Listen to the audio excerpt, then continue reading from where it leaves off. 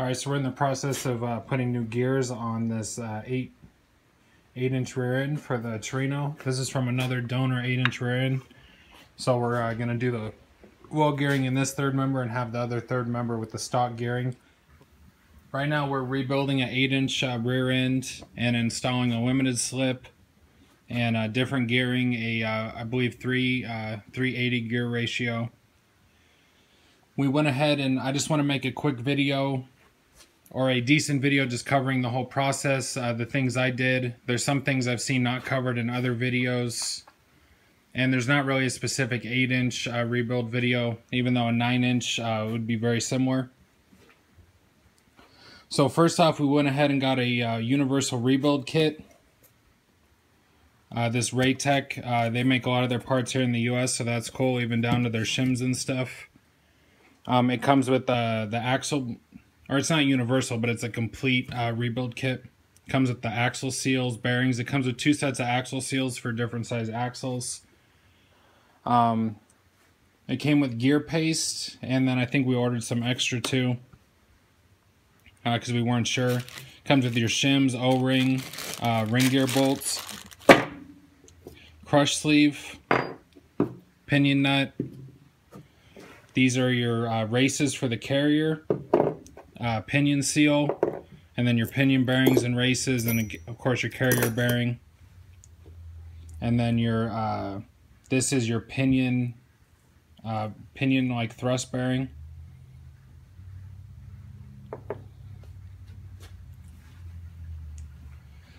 When removing this from the stock case, you want to be really careful to make sure you hammer it from the correct side out, because you might blow through this. Then here's the pinion, thrust bearing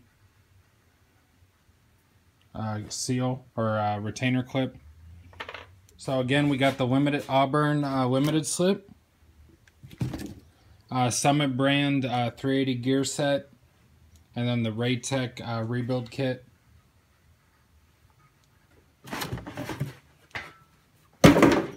We went ahead and got this, universal rear end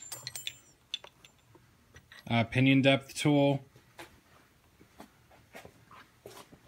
This has a 1/1000th dial indicator, so we didn't need to buy it twice. We went ahead and went to Harbor Freight and got this indicator stand. It was a lot cheaper to do it this way. And then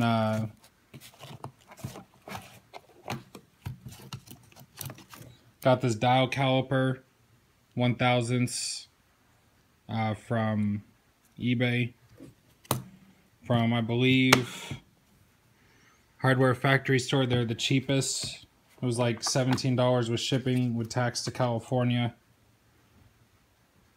And this thing's for 17-20 bucks, this is pretty good. Gets the job done.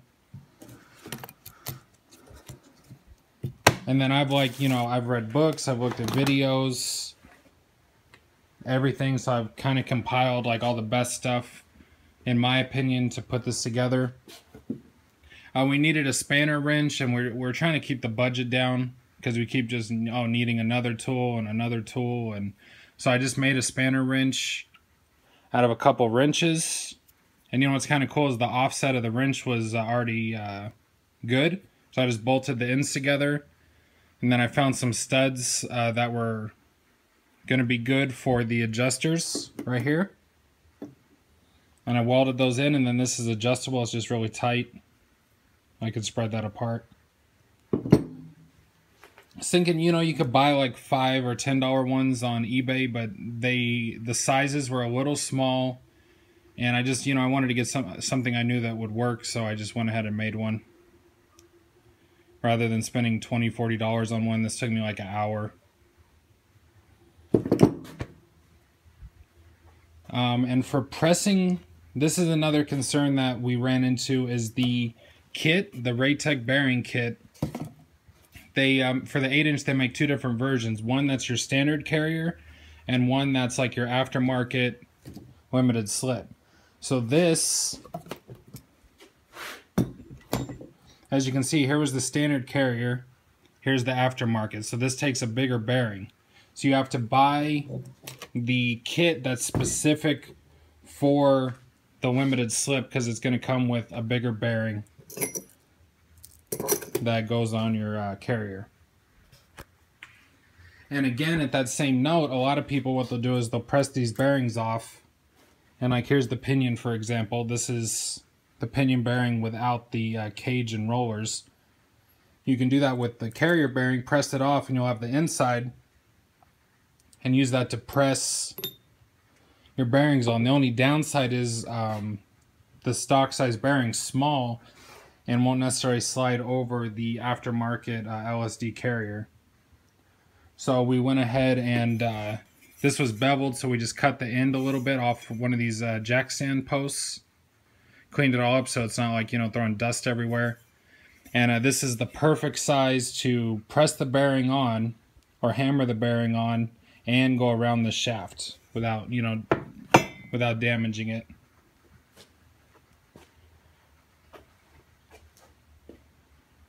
So I'm not trying to make too huge of a video, but I do want to discuss, you know, everything I went through, because like finding instructions on these tools are slim to none. The instructions that come with it, I'd say, are pretty much horrible.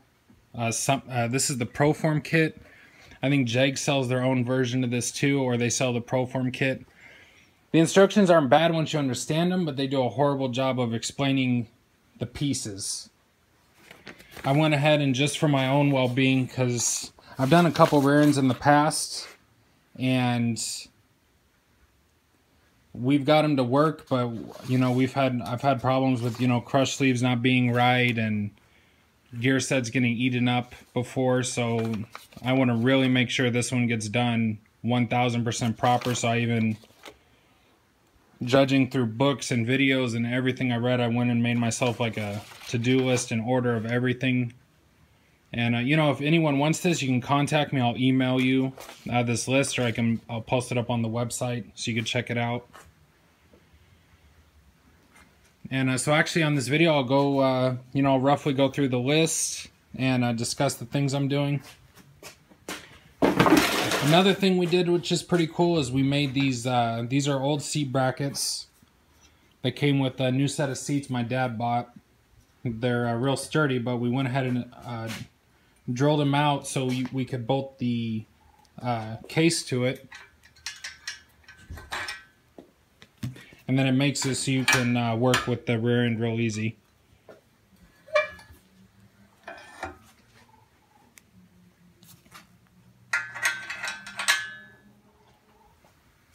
And again, back to this stand. So, you know, we just got it spaced good, and it's just the one L bracket and then the one hole, and then we just have it bolted in. And it makes it real easy to, you know, disassemble. You're not flopping it around on the bench, and hopefully we'll see how it goes during reassembly. So far I've taken some measurements and stuff. It's not too shaky, so it's pretty good. Plus you can roll it around. And I'd say most people that are, you know, working at home have an engine stand, so it's not too much to make a couple brackets. You don't have to go out and buy some crazy special device, or, you know, go out of your way too much to make something cool to hold it. Yeah, and again, back to the point, one of the first things you want to do before you start pressing bearings on or anything is make sure that all your pieces are the right size, because like I said, this kit is specific for the aftermarket carrier with the bigger bearing. And if we would have, say, started pressing bearings or doing something, then that could maybe void the new warranty on this, or if something's not right. So you want to make sure, go through everything, make sure all your bearings and stuff match up, that you have the right parts and everything before you get started, just so you don't put yourself in a weird position. Okay. And again, we could use the old bearing to press, but we're not using that. We went ahead and made this tool because we need the larger size diameter for the bigger bearing.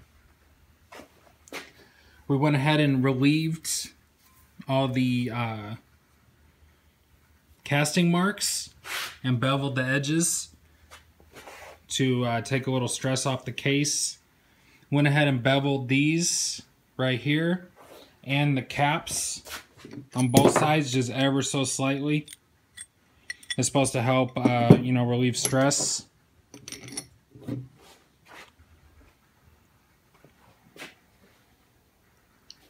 And as far as disassembly goes, make sure you hammer this pinion bearing out from the right side. Pay close attention. When you're taking the races out of this, you're going to want to use a punch. So we have this like punch right here. And you can drive, you know, hit the race on one side, hit it on the other side, drive them out, you know, from the behind. We went ahead too and cleaned up the oil passages with a file. And you'd be surprised looking down in some of these, there was a lot of flaky metal. And that was another reason to take the casting marks off of this, because some of those could potentially flake.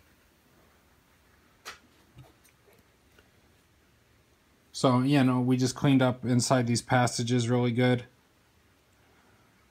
And then cleaned up, and you could tell it almost looked like on one of these that had flaked before. See where it looks a little broken right there?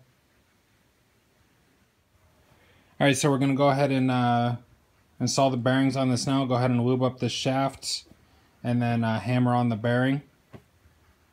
And then we're just going to hammer it on, and you'll basically see when it sets, but you'll also hear a different sound. So it'll hammer on and then clunk real on a different tone when you're pretty much fully pressed on. And of course you could use a press for this too, but for the sake of, you know, just getting it done quick, I'm going to go ahead and just hammer it. Okay, we already got the one bearing installed, so now I'm going to put on the next one. Just lube it up a little, some gear oil. I suppose you could use another type of oil, but you know, it makes sense, it's going in the rear, might as well use the gear oil.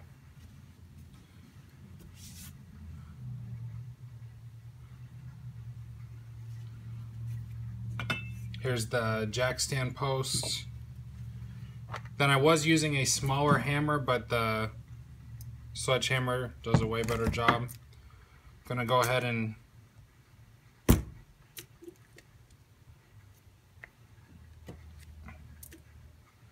get it started by hand.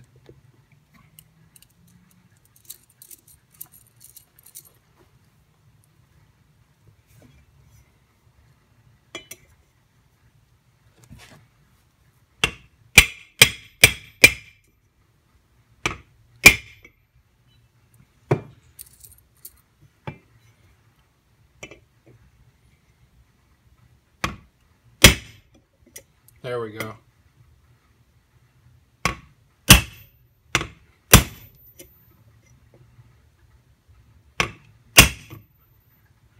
You know, and I just, you know, go slow. You don't want to mess this up.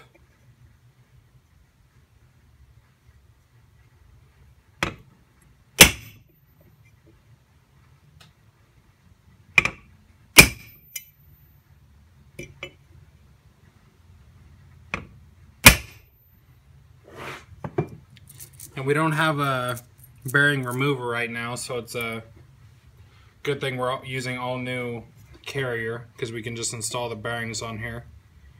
We didn't have to remove them.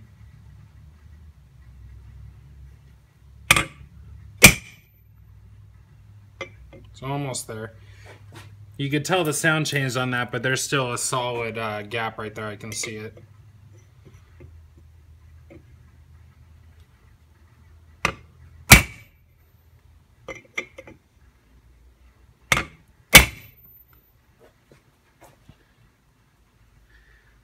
That looks pretty good. I'm gonna give it one more, just for one more little tap for reassurance. Oh yeah, that's good. Alright, we got that on without damaging it, fully seated. Next we're gonna install the ring gear. Alright, again with the ring gear, you want to double check things. because this could be a used set. You could be reusing the old ones. And again, if you're disassembling with the old set, you'd probably want to check your depth and backlash beforehand. But on this one, since we're installing all new parts, we're just going to have to do it, figure it out on our own. As you can see, these say 1680 on them. And what that is, they'll probably be different for each one. But it says, now on the pinion, it says 1680 right there at the top. And what that's doing is verifying when the manufacturer had them that this is the set that goes together. So you might want to look and make sure that the set that you have has matching identification. Just so you know that, you know, you're pretty good. You can also count. You count this, how many teeth are on here, on the ring gear. You count how many teeth are on the ring gear. Count how many teeth are on the pinion, and then you divide. And then it'll tell you your ratio. So if you want to double check too, you could just count this, divide it by how many teeth are on the pinion, and then it'll tell you your ratio. So that's another way to double check that everything's good. And then these are Summit brand, and they some people will put the difference of how much the difference is for pinion depth. So I did have a little bit of confusion because that almost looks like plus 1/1000ths. But I talked to a Summit rep, and he said that they put actual pinion depth on their pinions. So I'm guessing that's D for depth and then 1.189. So when I set the pinion depth on here, I'm going to need to go 1.189. And then that's also, I'll discuss some of the math later, but you have to measure the race, but then you also want to measure the difference of where the race sits, because say if the race doesn't sit perfectly in there, that actually has the actual center line of the carrier off by a few thousandths, and you need to factor that difference into the pinion depth. So we'll go through all that later for sure. Another thing you can see on the ring gear is when they check this gear set prior to set pinion depth and stuff, you can see where they mark this with marking compound right there. So you can see kind of what a good gear mesh is going to look like when you put this together. So that's kind of like what you're shooting for from what they recommend. And this new ring gear and carrier isn't as hard to put on as the stock one. But we went ahead and, I went ahead and put the rags down to give the ring gear a nice spot to lay on. And then you want to make sure your ring gear surface and your carrier surface is clean. Some of the other videos I've seen recommended taking like a machinist stone to it. This seemed really good. So I just, made sure it was wiped really clean. Then you put the ring gear down, and then you can set the carrier down over it to line up the holes, which honestly this way seemed a hell of a lot easier. And then what I'm going to do is use just 4 bolts to draw the ring gear in, get it fully seated, and then I'll go ahead and take all the bolts off, make sure everything's good to go, reinstall all the bolts with Loctite, and then torque everything down to spec. You can see there's a little bit of a gap still. I'm just making sure to tighten these evenly, and it's going really smooth. You don't want to have any binding of any sort. When it was in the vise, once the ring gear started to come up a little bit more, it was fully sitting on the carrier anyway, so I decided to go ahead and put it on the bench.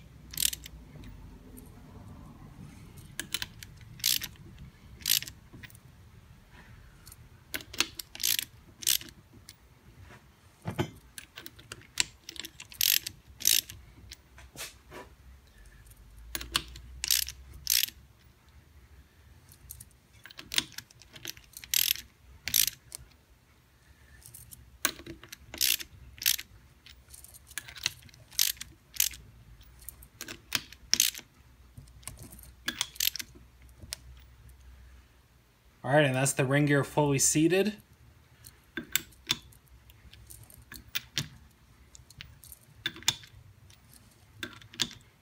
So I'll go ahead and remove these now.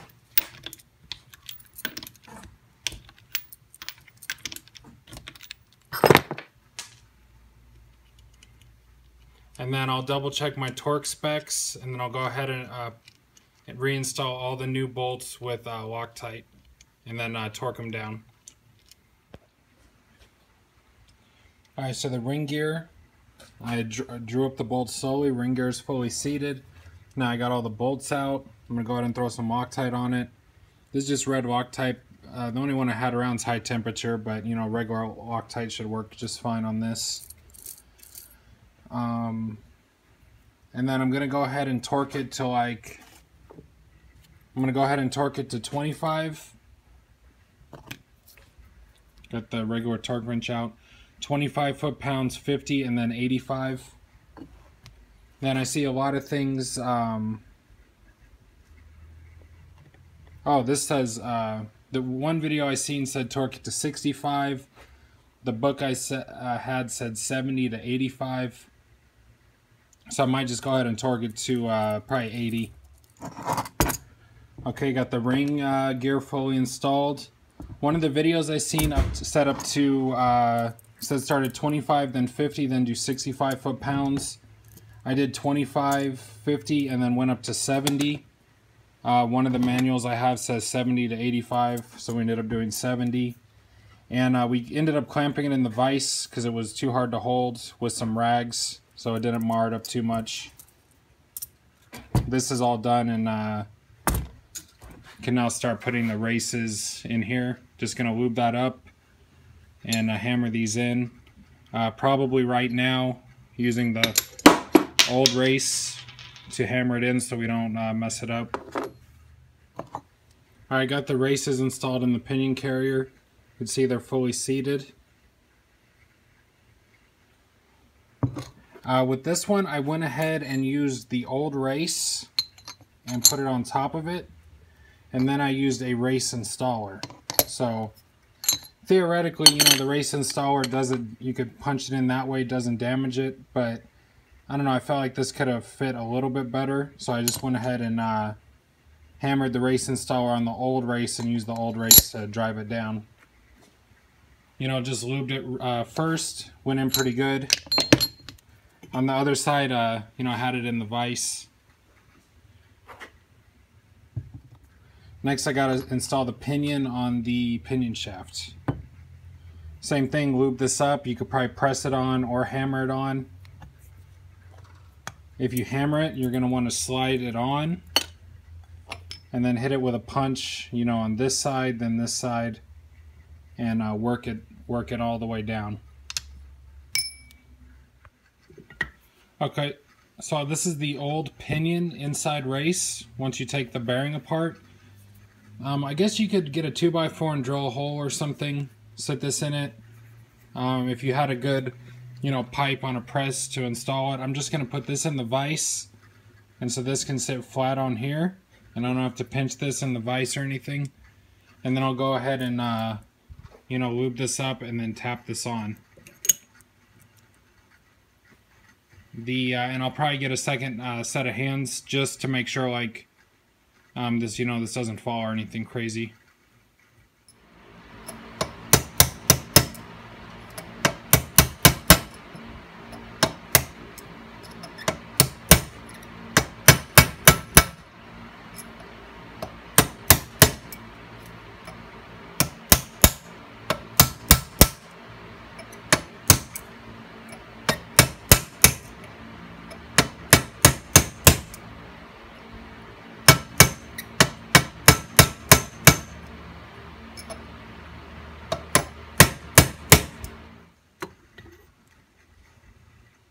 Okay, went ahead and put the pinion in. We got the first pinion bearing sealed.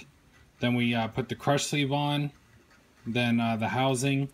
Then the other pinion bearing. We just lightly tapped it on enough to get the seal on. And some people say to go ahead and do your pinion preload without the seal. But to me it seems better to do it with the seal, because once you get that preload on that crush sleeve, you want to be able to leave it alone. So just lightly tapped the bearing in to get it started. We're going to go ahead and put the seal on. Then the piece that goes to the drive shaft, the yoke, and then the actual nut to finish it off. And then we're going to tighten it down until we get the preload, which is 25 foot-pounds rotational force, or 25 inch-pounds. All right, went ahead and installed the second bearing. Just tapped it down enough. There's still, you know, a little bit of play. Got the new seal on, tapped it on. Then basically put the yoke on and drive that on, and then tighten it down, and then get it going until we can get it to a 25 inch-pound rotational force. Now I'm going to double check the book.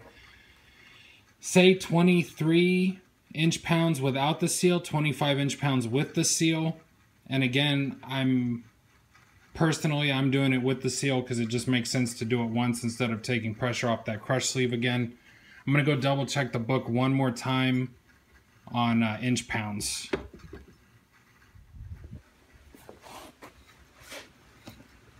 Okay, got the pinion fully installed.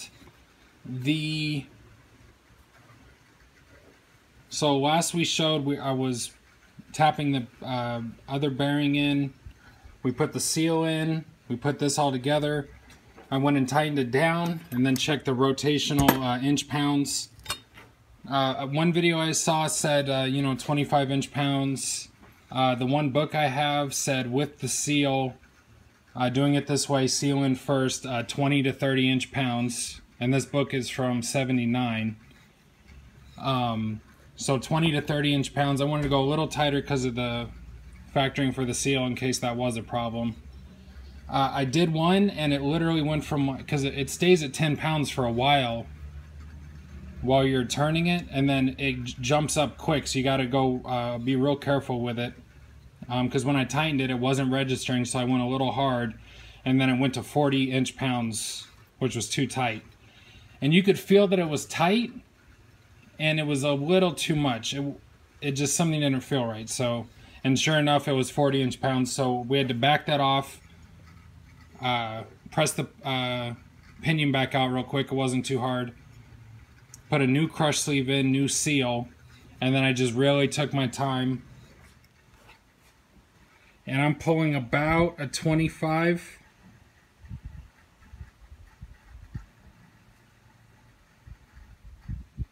Almost 30. Let's pull it around again. Keep pressure on it. Yeah, like right on 25 almost. 25 inch-pounds. So that's the pinion preload. 25 inch-pound pinion preload. The one main video I saw, the good guy, he said 25 inch-pounds. The book said 20 to 30, so 25 is right in the middle. I wanted to go at least 22, 23 at the minimum, and the fact that it jumped from 15 to 20 with one tiny torque and 20 to 25 with another little tiny torque, that I figured let's just leave it at 25 so I don't risk going over 30 and having to do another crush sleeve. So there we go, and it's tight. You know, 25 inch-pounds is not a small force, but theoretically that's factoring in for the new bearing, and hopefully it'll, like, you know, wear in a little bit better. Alright, I'm getting ready to install the pinion pilot bearing. So it goes right here in the case. You know, just like everything, made sure it was real clean. Gonna oil it up, tap it in. Gonna use one of these installers that's just a tad bit smaller. It's just a tad bit smaller than the bearing diameter. So it'll fit in down there good. And get it tapped in right. And this too, you want to be careful, because the back part of this case is kind of sensitive. If you hammer on it too much, you could blow that bearing straight through. I've done it before, so not too bad. It's not too bad, but you definitely don't want to do that because you'll ruin the case. So I'm gonna go ahead and tap that in real quick. Where this bearing rides is sharp, I ended up cutting my finger.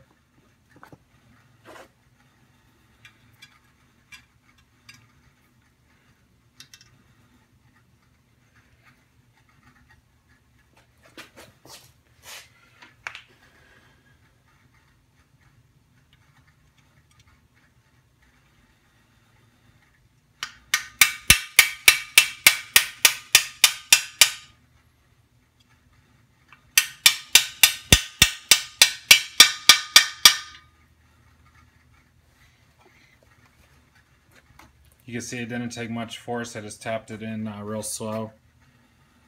And then I'll go ahead and tap in the retaining clip. Here's the retainer clip now that goes in. See how the teeth are angled? You want the teeth facing you when you install it. And also, you don't want to bend these teeth, so the idea is to drive it down on the edge of this lip only. That raised lip. So whether it's a socket or whatever you use, you want to only drive down on that lip, and then with teeth facing you, tap that into place. And again, not too hard, just enough to get it to go in. I'm going to spin this around, double check that it's fully seated. Yep, that's definitely fully seated.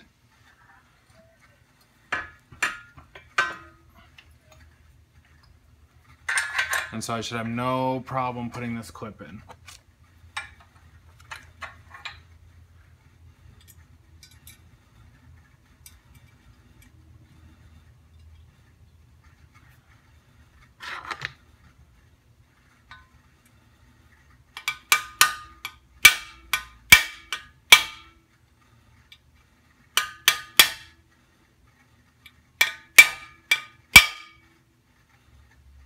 Okay, so I want to talk about a few things real quick with installing the pinion and the carrier.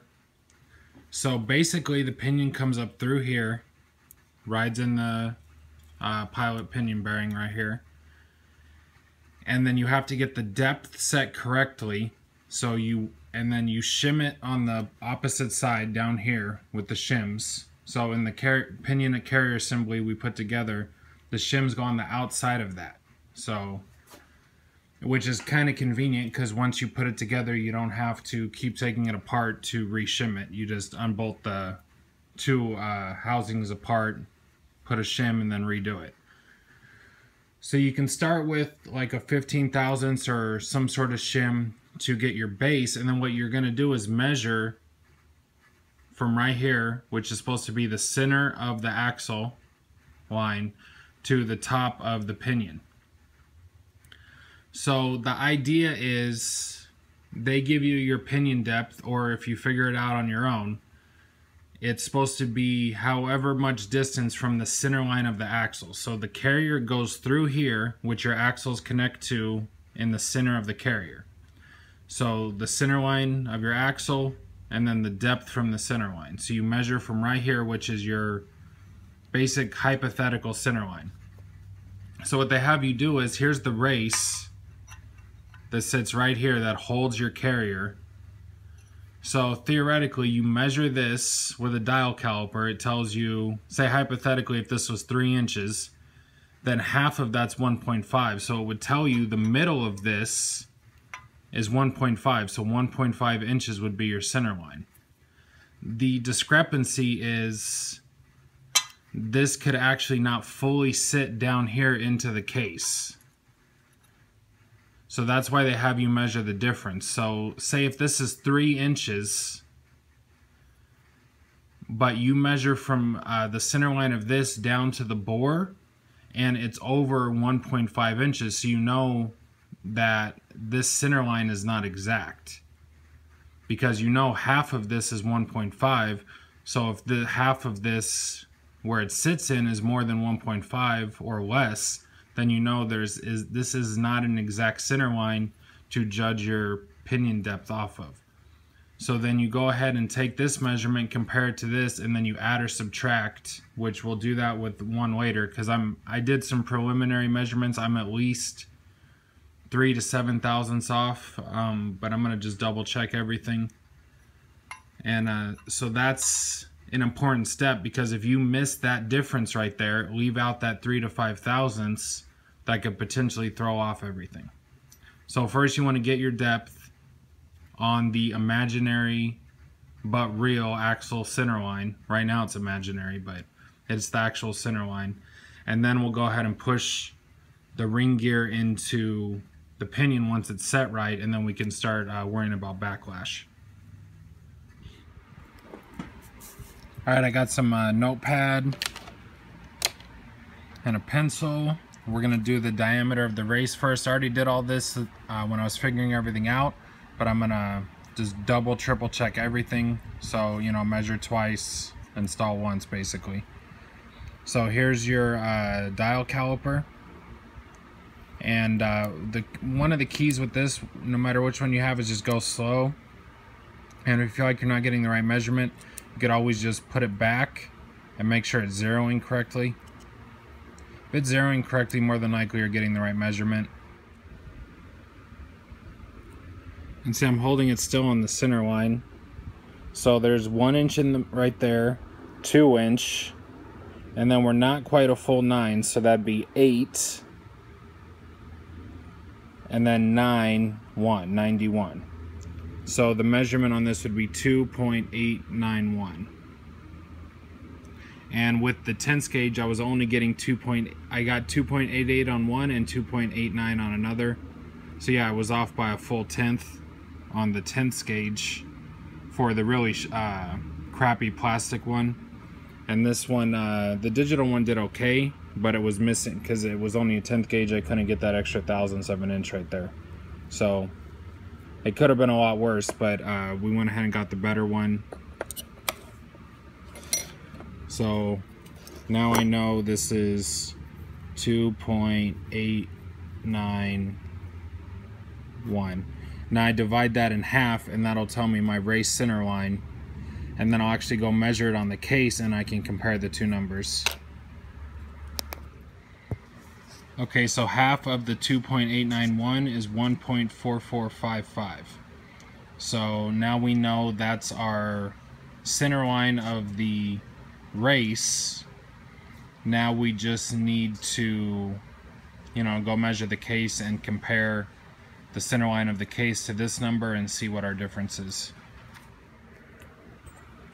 Here's the universal pinion depth setting tool. It comes with a dial indicator where you can measure your distances with. And then it comes with calibration. These tubes are the calibration devices right here. And then it comes with different arms and connectors to connect the dial indicator to get your measurements. And then these different arm extensions. So 2 inch, 3 inch, and 4 inch. So 2 inch, 3 inch, and 4 inch will screw onto the end of this and allow you to take longer measurements. So for us, we're going to be using the 2 inch for at least to do the offset at first, to double check that. And honestly, this is the ProForm kit. I think JEGS and some other companies make ones very similar to this. And the whole idea is you put the dial caliper in here, or I'm sorry, you put the dial indicator in this piece, and then you're gonna put the corresponding extension on, and then you're going to say, so it's 2, 3, and 4, and then you're gonna want to slide this up and down inside this piece right here until you can zero it out. So I'll show you real quick what I mean. So I still gotta tighten this down, but I have it in the attachment with the extension. And so this is for a 2 inch measurement, and then we'll put it in the 2 inch piece. And I like to leave it a little off so I can see that the needle moves. But basically, once you put it in there,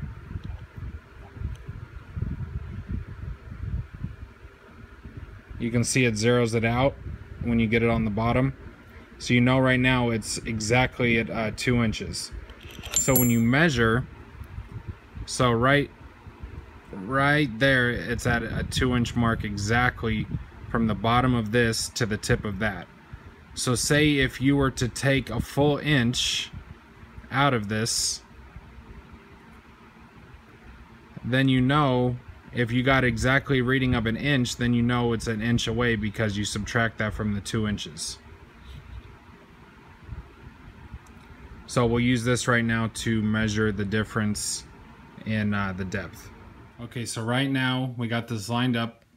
So this will measure 2 inches. Once that dial indicator hits 0 at the top, then you know it's at 2 inches, which is just, it's a fraction out. And because I'm gonna have to take the pinion depth measurement like this, I'm gonna measure the difference in offset right here. So as you can see, the mini gauge on the inside will count your tenths as you're going.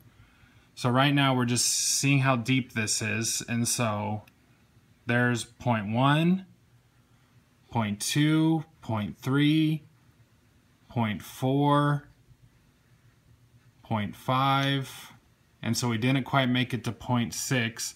So we know we're 0.5, and now we're looking for the deepest part of this, which is 54 right there. So our measurement is 0.554. So then what we do is we subtract that. We're getting a difference of 0.554. So we subtract that from the 2 inch initial setup, because we know this is 2 inches. So we went down 0.554 inside a 2 inch measurement, and then we'll subtract that and we'll know exactly what that measurement is. And to be honest, calibrating this tool isn't the easiest thing, but I'm trying to, you know, keep centered pressure on the, you know, calibration device that's in there and get it to the low reading in there to get the 2 inches. And then theoretically, if we take measurements off each cap to the center point, we're going to get a different reading. But since this is the cap I'm using, or the machine surface I'm using to measure the pinion depth, I might as well use this one for the offset also. So when we measure from the machine cap over, you know, we got 0.554. We minus it from the 2 inch setting that we had this at, and we get 1.446. So that tells us there is a 0.5 thousandths difference between the two, which really isn't much at all. But we'll go ahead and factor that and try to do that the best we can. Okay, here's the shims it comes with, and they vary between 10 and 20 thousandths. So there's like a 10, a 12, like a 13, a 15, a 17, and a 20, almost basically. So we're going to start right in the middle with a 15. We'll go ahead and install this, and then we'll be able to work around. Okay, right here, the difference is the offset. If measured distance is less than half the race diameter, the difference must be added. If it's more than half the race diameter, the difference must be subtracted. So our offset is actually more than the race diameter by 0.5 thousandths. So what we need to do is actually subtract 0.0005, which this is probably overkill because that theoretically you could round that up, but we're not trying to round anything up.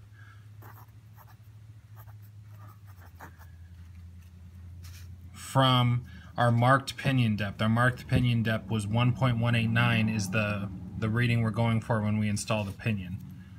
So now this we're going to subtract it, so it should be 1.1885. That's the depth we're looking for. And like I said, we'll go ahead and start with a 15 thousandths shim, measure that, and then adjust it accordingly. And these shims are all off by 2 thousandths. So basically, you know, some of these numbers, that 0.5 is kind of obsolete anyways, because there's no way we can make up for it in these shims, but we'll get as close as possible and see what happens. See, it's a little over 15 thousandths. Sorry, I'm doing this like, or I'm not looking very good. There we go. It's like 16 thousandths. So that's basically our our one that's in the middle. So we'll go ahead and start with this one. And this one had a couple little burrs on it, so I'm gonna, you want to make sure these are cleaned up. I'll you know, maybe hit them with a little file or a little tap hammer and make sure that, you know, this thing's perfectly flush. All right, I'm getting a 0.814 reading off the pinion depth, and then you subtract that from 2 again to get your number. And then what you want to do is check this surface in a couple locations at least, and make sure you're getting the same reading, which I am. I'm getting it solid all the way around, so I know these two surfaces are parallel to each other. And see, I'm getting the 0.814, and then you minus that from 2 inches, and it'll tell you your current depth, and then you can do the math. Okay, so we had gotten the reading of 0.814 from our 2-inch section. So we do the math, that comes to 1.186 of current depth. So the current pinion depth, the way it's sitting right now, is 1.186. What we want is 1.1885. So we're off by 6, 7, 8, 2.5 thousandths. And so it needs to be bigger. That means we need to add more shims. Now these shims are basically 2 thousandths all off from each other. So that's all the wiggle room it really gives you. We installed like the 15-16. There's another one that's like 17-18 and another one that's 20. So we just need to find the one that's like 17-18. That adds 2 more thousandths, and we should be right on the money. So, because like this 0.5 thousandths right here, we can't even factor for because the shims don't allow it. So we just need to step it up 2 more thousandths. Again, making these mounts for the engine stand is perfect, because we're just able to sit here and rotate this, add the shims, do work on one side, flip it over. Super convenient. And I was a little worried about, you know, the wobbleness. Has a little bit of wobble to it, but all the measurements are super delicate, so it hasn't affected the measurements whatsoever. This is perfect, and I've been able to, you know, roll it around, especially filming, get different camera shots, and, you know, just move it around. It's super convenient to take it where I need it. So right now we're going to take this out, add this shim that's a couple more thousandths. There's only 2 options. So the other one is like 2 thousandths over, the other's 4 thousandths, so more than likely the 2 thousandths one is where we need to be at. But I'm going to double check the measurement on this one. Pretty sure that's like a 15-16, but I'm going to make sure I get a perfect measurement. So again, our current pinion depth 1.186. We need to be at 1.188. So we need to be up at least 2 thousandths plus, possibly, to cut into the half. But again, we only have these 3 shims as an option. This is the one I took out. It's actually a point. It's 16 thousandths. There's an 18 thousandths and a 20 thousandths. We only need to go up 2 thousandths, so basically, you know, the 20 thousandths is no good because that's going to put us 2 thousandths over. So the 18 is spot on. We put in the 18 thousandths, we'll bump it up 2 more thousandths, and we should be spot on with our measurement. Okay, so I reinstalled the basically like an 18 thousandths shim. Now I'm measuring pinion depth, and now I'm at 0.812. So before I was at 0.1814, so I've taken 2 inches off this measurement, but remember, this is the number we're subtracting to get our actual number. So this is what we had before. We added the 2000 shim, and now we're getting 0.812. We subtract that from the 2-inch measurement on this, and then we get, so this is with a 18,000 shim. Then we're getting 1.188 once we do the math. And so our target depth, because of the offset, was 1.885. And now we're getting a depth of 1.188. So we're only off by 0.5 thousandths, which is no big deal at all considering our only options is to either go up a full 2 thousandths or bring it down a full 2 thousandths. So that's our only option, and it's spot on to the thousandth. So we're good to go on pinion depth. Okay, so we had got all the pinion in. We put the carrier in.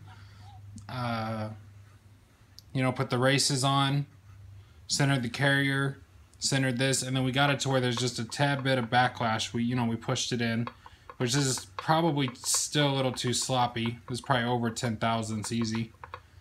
Had actually made a mistake.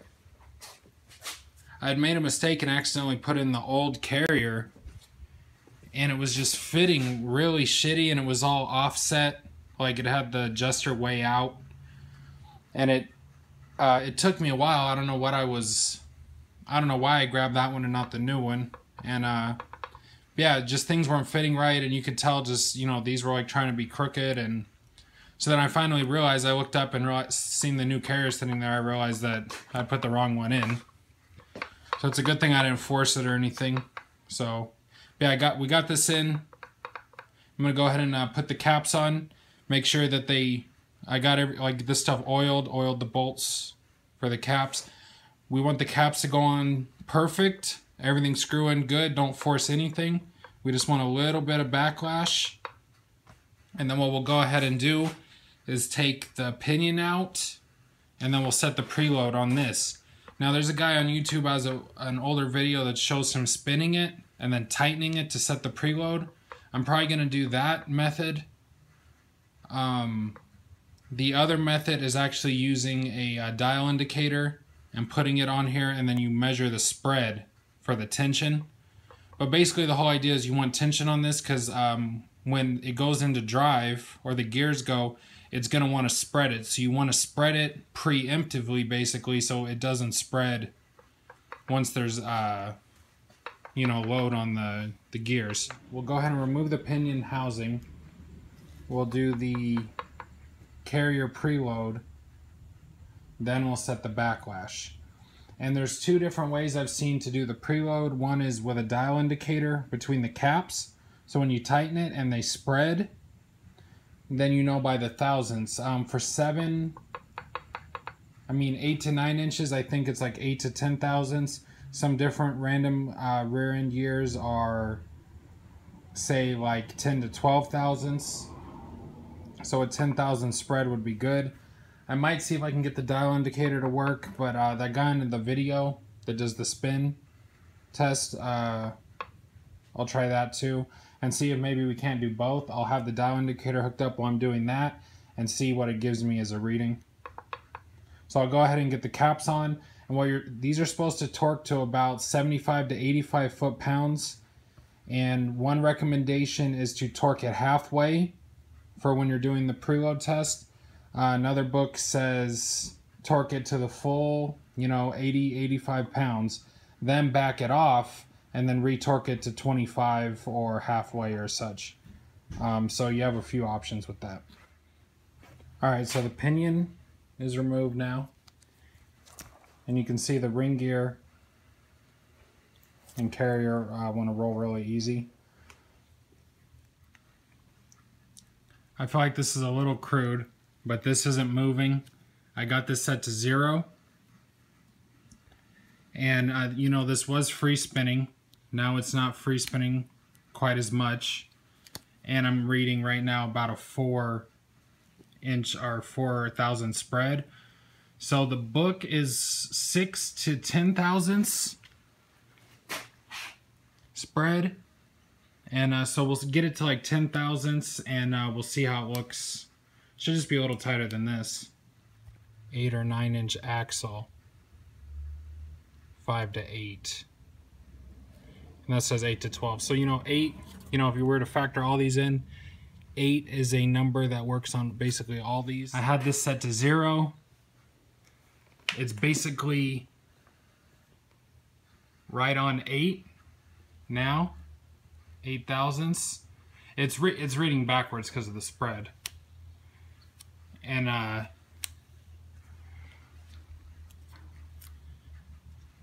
it's got a little free spin to it. But but you know, it stopped pretty quick. So I think this is a good. So this is about how we would have done it. You get it to where, you know, it's a little bit less than free spinning, and you tighten it one more adjuster, which is kind of what I did. But I did that with the measurement in mind. And so I got about an 8/1000 case spread. And, you know, it'll free spin, but it stops shortly after, which is, you know, basically exactly what I was looking for.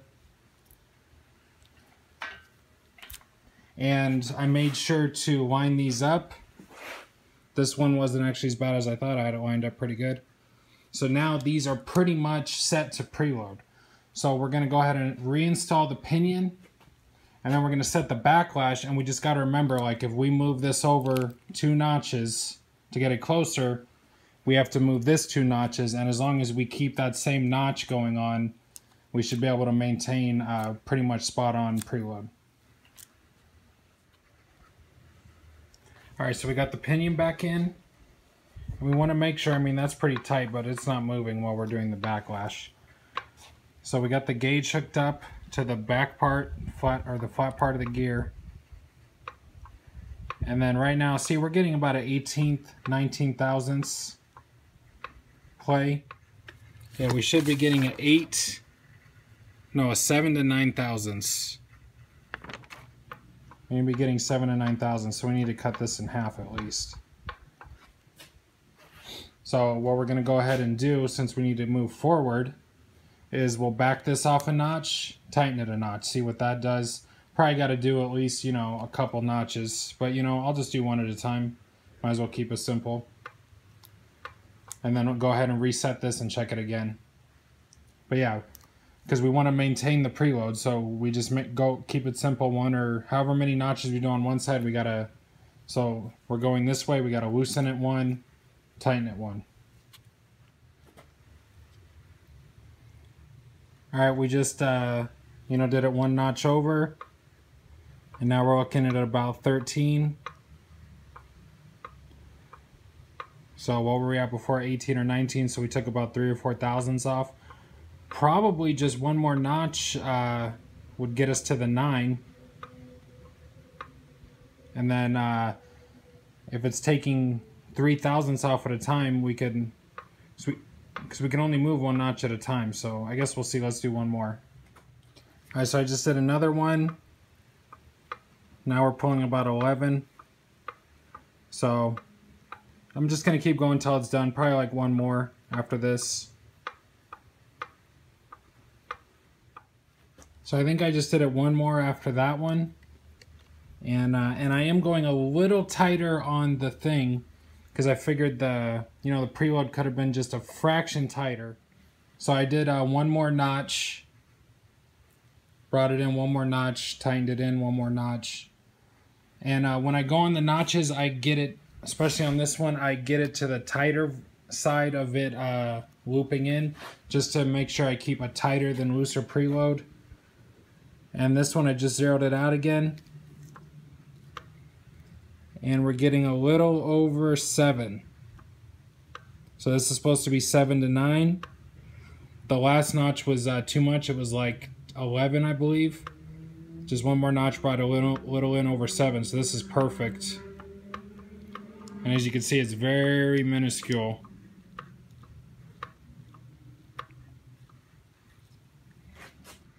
All right, now that I got the backlash right, I'm going to do a final torque on these to 80 foot-pounds. In the book and some other sources, 70 to 85. I'm going to basically go in the middle, do 80 pounds. Basically, the idea is do a final torque on these now, double check the backlash from like 4 points, make sure there's not more than 3 thousandths variation from any point. And then if you're good, then you're good to go. Then basically the whole idea is we know and then we'll go ahead and do the marking compounds, make sure it passes the visual inspection, that we had our depth and everything right. And then once we know it passes visual inspection, we can go ahead and pop out this one last time, put the O-ring on, final seal up, and torque up the pinion housing. All right, while tightening, a final torque on the caps actually brought me up from to 9 thousandths. So, and that was the maximum backlash it's supposed to have. Yeah, so I'm going to go around and double check 4-point spots on here and make sure it doesn't vary by more than 1,000ths, and we should be good. Alright, I almost untorqued it to redo it because I was, after torquing it and checking everything, I was getting about a 9 to 10 lash. And it's hard to get a reading on some of these different angles.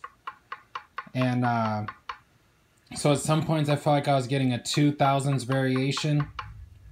And then I reread the book again, or 8,000 to 12,000 backlash with a variation of 3,000ths. So I had about a 10,000ths right in the center, and I was having about maybe a 2,000ths variation, depending on where, or 1,000ths variation. No, I was getting about 8 to 10,000ths depending on where I did it. So this should be good. So now I'll go ahead and paint the gears, check the mesh, and we should be golden as long as the depths and everything are right. And then again, we can see right here where the original mesh pattern kind of was, so hopefully I can match that. Alright, so I put gear compound on here. I ran it through a few times, put some more compound. I've just been kind of, really getting a good look at it. But you can tell it's got a nice, fat, even pattern down the center. It really does make whole tooth contact. Because, it's kind of inconsistent. So that's why you kind of get a few rotations. So it's getting full tooth contact favoring the center, it looks like. With a nice, full width tooth pattern. It's not like, favoring half the tooth or something. So I think we'll call that a success. Well, I ran into a slight problem with this. I was just, falling asleep last night, and I was just thinking. I'd originally had written down 7 to 9/10 backlash. And then I torqued the caps down, and I was getting a reading of closer to 10,000ths. And I went to double check the book. I believe the book said I could be between 8 and 12. So I thought, okay, right at 10, that's perfect. But then I remembered that the instructions for the ring and pinion had said that they were made to be used at a certain backlash, which was 7 to 9,000. So the OEM spec of 8 to 12 is probably decent, but this ring and pinion is made to work between 7 and 9,000. So I do need to tighten this up a little bit. Probably just one more will be on this side. Just tighten it up one more notch, and so I'm just gonna need to loosen up these caps a little bit, take the adjusters out, slide it over one more, and then remeasure everything. And I'll go ahead and paste it again just for just to see what happens. But yeah, it should be a little tighter. If this was OEM spec, it'd probably be okay, but we're gonna go ahead and follow their recommendation for the backlash. Here's the imprint on the other side of the gear too. It almost looks better on this side.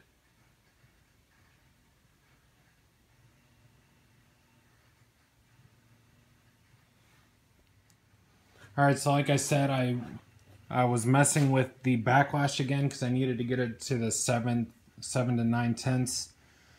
It seemed like if I would just do a normal, move one notch about center, I would either get a 6 or a 10. So it was literally putting me on both sides of the spectrum. So what I did was I just kind of offset the adjusters just a tad to where the things will hold them, the locks will hold them. And now I'm getting a 7th reading. The 7th backlash. And I'm going to go ahead and just run the paste one more time to see what type of difference that made. Because theoretically that's 3,000ths now of a difference, which could be a really big difference on here. Alright, well, I just set the backlash again. I'm getting a solid, like, 7 thousandths, just a tad under. So, I mean, it's a tight 7 thousandths. Again, we're getting like a full contact here, favoring the center. It does look a little deeper in. And that's the drive side. If it pushes out, that's the drive side. I mean, I figured it was just by rotation, but then when it so the convex where it pushes out is the drive side, where it concaves is the coast side. So, and the coast side again has a nice, good pattern. So, it's showing if it's a little too far up or down, especially this, that's a problem.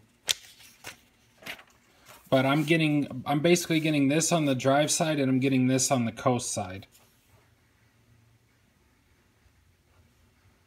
For the most part, or like, something like this on the coast side. But this is how the drive side's looking. It's, it's getting a full contact pattern for the most part. So I'd say these are the three options that I'm basically getting are like the... Alright, so I was happy with my gear mesh. It's just making really big contact patterns. I'm going to call it one on that. I'm going to go ahead and put in the lockers for the adjuster. Then I'll go ahead and spin this back around, take out the pinion, put the O-ring on, and then get the pinion assembly back installed, and then should be done. Alright, so I got the adjuster lockers installed with some Loctite and torqued to 20 foot-pounds.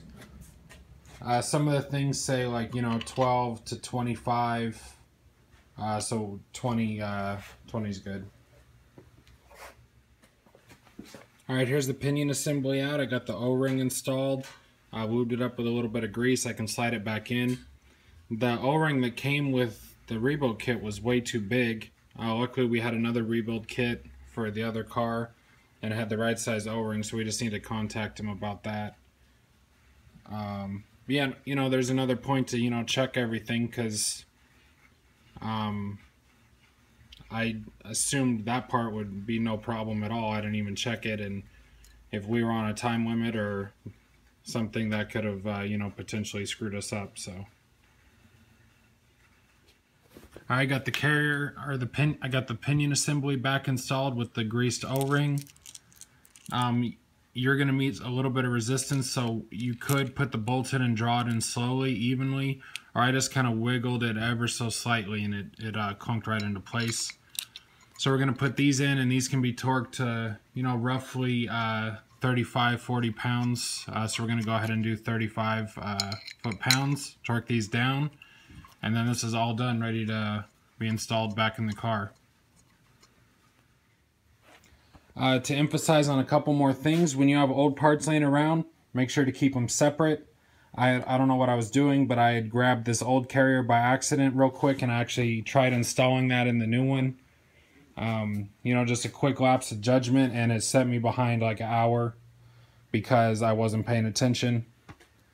When doing the preload reading on the pinion, you want to go really slow, because the first time when I messed up the crush bearing, it literally went from no reading at all for quite a while to then being at 40 inch-pounds. So the second time took me a while. I went really slow, but then I was incrementally being able to see the load go up and up and up. These rebuild kits don't seem to come with these pinion pilot bearing retainer clips. So as long as yours in good shape, it should clip in fine. Otherwise, they're like $10 or $11 roughly for a new one. And one more thing. This 1/2 thousandths measurement might seem kind of crazy doing the math, because it wasn't really off by much at all. But it brought us down... It brought us down to the next level of measurement. Instead of 189, it brought us to 188, and 188 was our goal.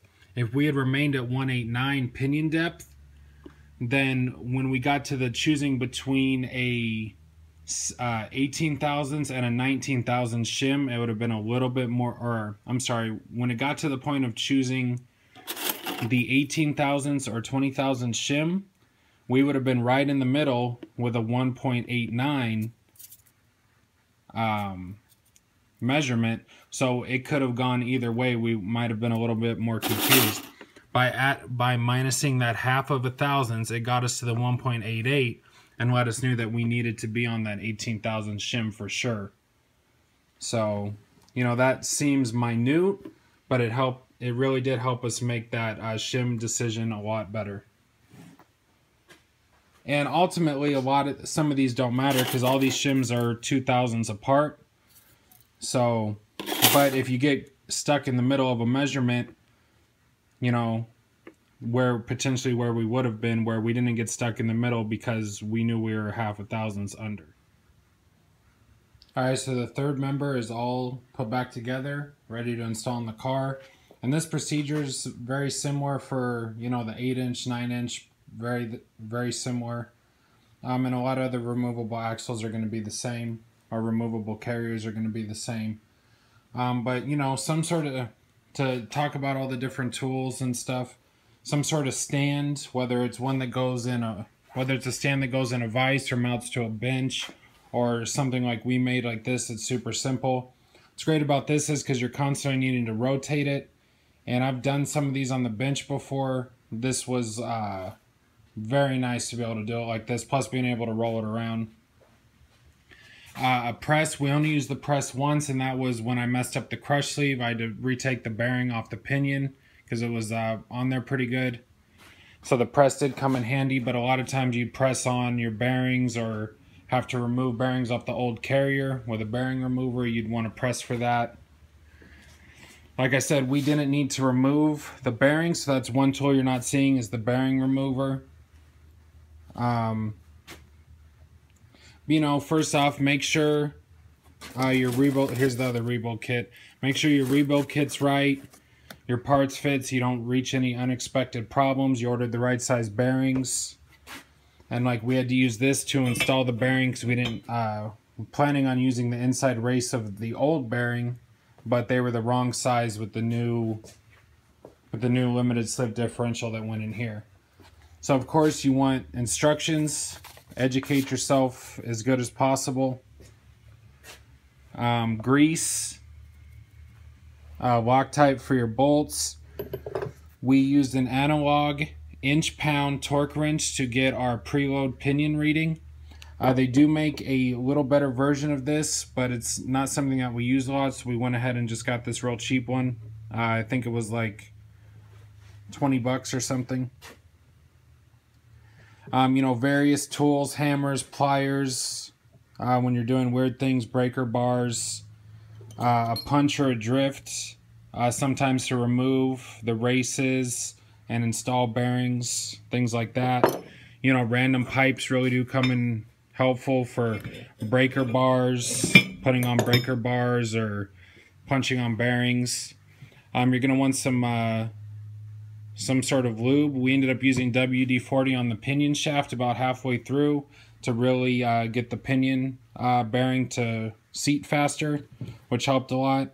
You know, your marking compound, once you're done, you want to double check all your work. I use a file on some of the shims because they had, where they were stamped, they had a couple rough edges. So I was just making sure those were off so there wasn't any inconsistencies. You know, keeping some of your old races and stuff. Don't get rid of stuff too quick because you want to be able to compare things. Like I said, you can take the inner race out of the bearings by cutting the cage and the rollers off, and you can use that for pressing. You know, some scrap paper, pencil, calculator for when you're doing your math. A regular inch-pound quick type torque wrench is great for doing all your, a regular foot-pound quick type torque wrench is great for doing all your main torque settings. We have a 1/1000, so 0.001 dial caliper. A bearing and race install kit. which a lot of times you can use sockets and extensions, but there's a few times where these really came in handy. And of course, with your rebuild kit, you get all your bearings and your shims and stuff. If you're trying to keep it as cheap as possible, reusing old bearings, then you know you're going to need marking compounds, shims, stuff like that. If you're going to just reuse your old bearings, which you could get by with old shims too. If you have them laying around, you just clean them up, make sure they're not bad. And then your dial indicator, which there's lots of ways. We went ahead and used the universal pinion depth kit. If you have regular machinist tools around and dial indicators, you could get by with doing your measurements like that. The spanner wrench, this one I made. Again, not too much emphasis on using the spanner wrench, but it's definitely a better option than hammering it, especially because you're trying to get specific measurements without, you know, jarring what you're doing.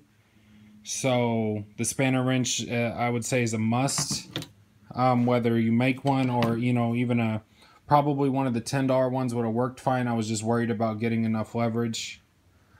And yeah, read all your instructions that come with everything.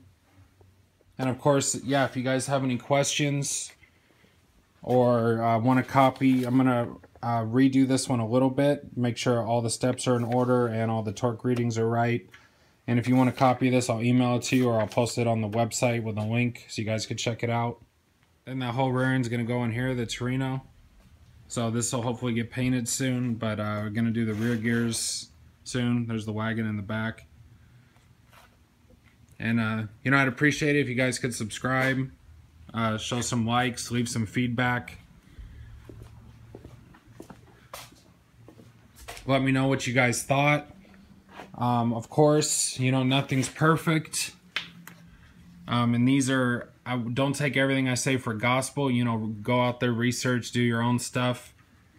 And tell me what you guys think of the gear pattern, mesh, and have a good day.